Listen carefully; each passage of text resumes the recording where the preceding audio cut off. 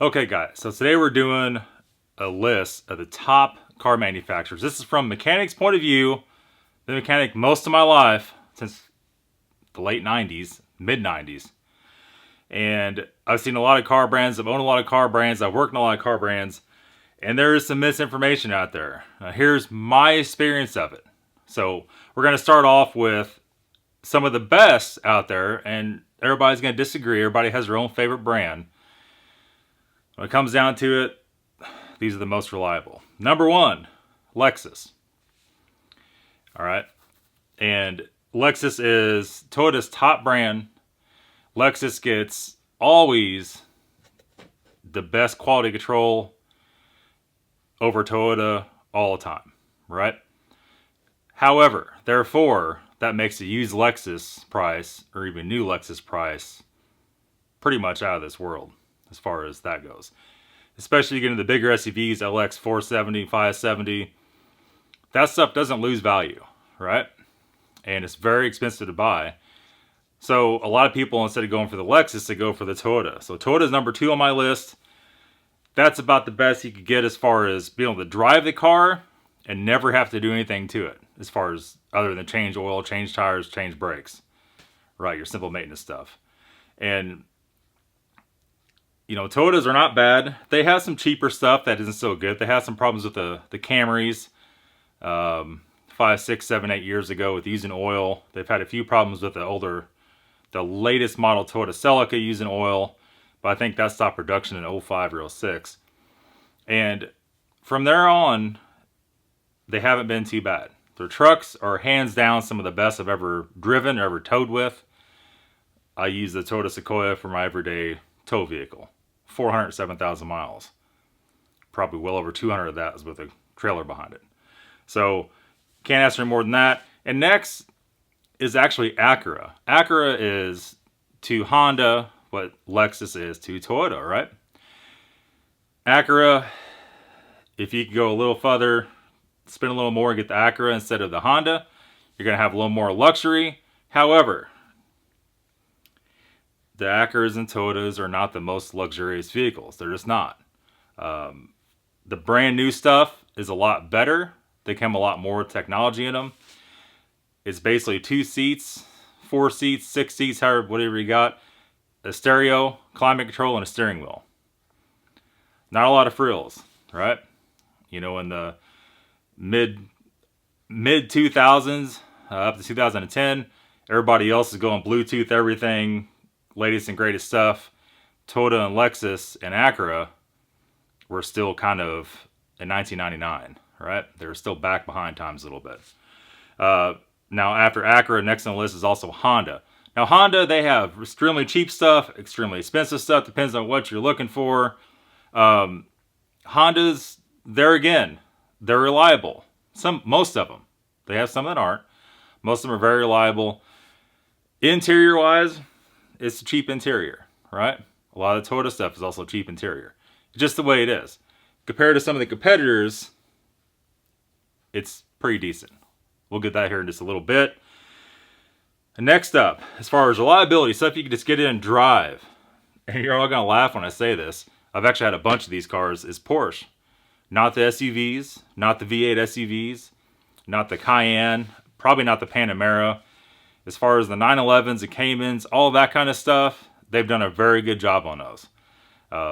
You could actually get in one of those and drive it, not have to worry too much about it, as long as it hasn't been just ransacked by some kid before you got it, right? The next one is kind of an odd one, and as far as reliability, they had some issues, and that's Subaru. Subaru, if you live somewhere where it snows a lot, if you like to go, I don't know, hiking or fishing or whatever the hell, and you have to get off the road just a little bit, right? Maybe you live in the country where I am, maybe your driveway's got some muddy spots when it rains, I don't know. The Subaru gets you through that with all-wheel drive. It's the bare minimum as far as components on it. There again, within the last 4 or 5 years, that's changed a lot on all these cars. They had to. So if you have a Subaru that's 7, 8 years old, it's the bare minimum, right? There's no frills. It's kind of like the cheapest all-wheel drive car you could get your hands on. And so, being there's not a lot there, not a lot's going to break. Now, they still had head gasket problems, you know, back in mid 2000s, 2000, let's say 2003 to 2008, 9. You could have some issues there. If the car was never mistreated, you probably never have any issues with it. So those are kind of some of the best. That's kind of the top tier if you guys are looking to buy something you just don't want to touch, right? Anyhow, some of the worst from experience. Some of the worst vehicles. If you want to buy a vehicle brand new, you're going to go try to drive it to 10 or 15, 20K miles, and you're not going to make it there without having to take it in for warranty. If it's used, it's going to be nothing but a nightmare and a headache. And that is, number one, Land Rover and Jaguar. All right. Also following up on that list is Renault, which isn't quite as bad, and Peugeot, the two French cars. I think they're both French. I know Peugeot is. Those cars, I would say the Jaguar and Land Rover are probably the worst of those four. Those are cars, in essence, you just have a hobby of fixing stuff like me, you want to stay away from. Even I don't buy that stuff, right? So I'm going to jump ahead a little bit here and go to worst interior cars. Some of the worst interiors I've seen, a lot of you guys are going to hate me for this, because you probably have these, is all the big three, right? Ford, Dodge, and Chevy. General Motors, notorious for the worst interiors. They'll put little squiggly lines on the seats, from the Chevy Cruze, I don't know what the new version of that is, to the Chevy Traverse. All that stuff is horrible. Now, if you get a limited model, LTZ, FED, whatever the hell the top of the top is, it don't look bad. Does it hold up? No, it don't. Not over time, it doesn't. It's just not that kind of car. And the price of those kind of reflect that. You can't buy a cheap car and expect to have Lamborghini or better interior, right? Porsche interior. Lamborghini doesn't have that good interior.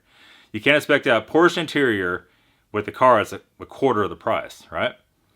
They had a lot of engine problems. All those smaller EcoBoost engines had engine issues.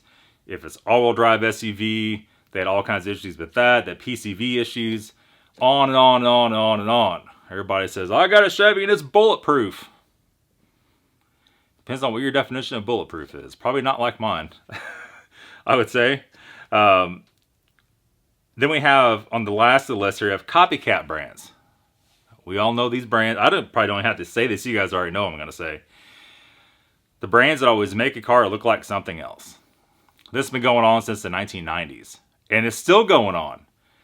And I don't even know.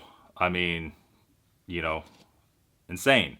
Those three brands, the biggest brands of the copycat, are Kia, Hyundai, and Tata Motors, which is a Chinese company. We all know. We all know Tata Motors, just like everything else from China, it's a clone of something else. It seems like, to be honest with you, some of you guys are probably Chinese watching this. The whole country of China is based off copycat stuff. Everything's copied, right? If you live there, you may not know that until you come here and look at cars and look at products here that aren't made in China, and they've been out long before that. It's all copied, right? It's a whole world of just copying everything. And the Kia and Hyundai still do that. Here's the problem with those companies. Used to be around 99 to 2005, 2007, you could buy a Kia for about a quarter of the price you could like a BMW, right? And some of the issue, like at a quarter of price, maybe it's okay. Okay, so it kind of looks like a BMW, looks like a Jaguar, it looks like this or it looks like that, but it's a quarter of the price, so you can look around it.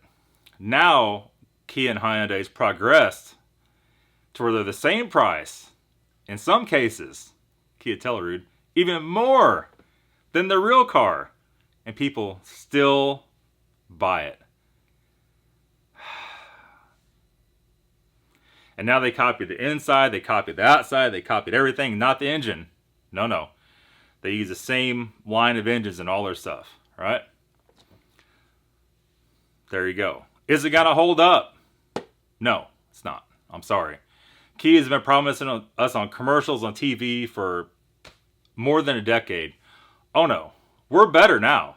Hey, the all-new Kia, the all-new Hyundai, the all-new, we're all new. It's all new now. And you'd think that South Korea would just knock that crap off.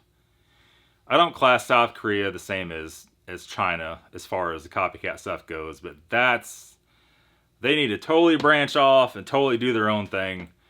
They're not as bad as copying as what they used to be. I mean, they used to sell you something that looked like a Toyota Camry that you almost can't tell the difference. And it just goes on and on and on. So I would say that's some of the worst. The mid-range stuff is stuff that looks good, functions okay, it's fairly expensive, but all the parts are interchangeable. Like, you could actually fix the car, right? Everything's made to be fixed. Kia is not made to be fixed. It's a throwaway car. All right, so the mid-range cars, and they're all clustered together, not in any specific order, is Volkswagen, Audi, BMW, Mini, Mercedes, and Saab. And those cars are kind of all middle of the road. It's not Porsche level. It's nowhere close to Kia level. It's like German semi-luxury, we'll call it. We know all about those kind of cars, right? All about them. Those cars do take a little more maintenance. All those are maintenance kind of hungry cars. But if you keep up the maintenance, they'll treat you well. Okay? And that's what I call the mid of the road. Some of you guys are going to hate me for that. That's just the way it is. That's my opinion on all the cars. That's not all the car manufacturers. That's all the big ones, right? And actually, I forgot to tell you, I had back here on the Ford, Chevy, Dodge, the worst interior and build quality. I forgot to say that, but Nissan is actually tacked in on that. Nissan has some of the worst build quality. Now, the Infiniti stuff don't seem as bad, but that stuff does not hold value. So should you go buy that? No, you shouldn't, because Infiniti's will lure you in by the looks. They have some really nice bigger SUVs, QX80, QX56, QX60, or there's a whole bunch of them. If you get it for cheap enough, I would say yes. The interiors are nice on them, but they do share some of the drivetrain qualities that some of the unreliable Nissan stuff had. Nissan a long time ago, back in the 90s, well, Nissan always was kind of the cheapest Japanese brand. I don't know. I mean, you could probably get away with that stuff for a while, but it's not going to hold up. It's not going to look good. If you don't want to work on stuff at all, you have your Lexus, your Toyota, your Honda, your Acura, your Subaru, all-wheel drive, I guess. And you have that stuff. Like I said, recap the worst of the worst, Jaguar, Range Rover. That's the worst of the worst. That's going to be it, guys. Hope you like this video. That's my honest opinion about it. No bias. You can tell I didn't rank BMW anywhere different than I would anything else. That's what I think about it all. Thanks for watching. Have a good day. We'll see you later.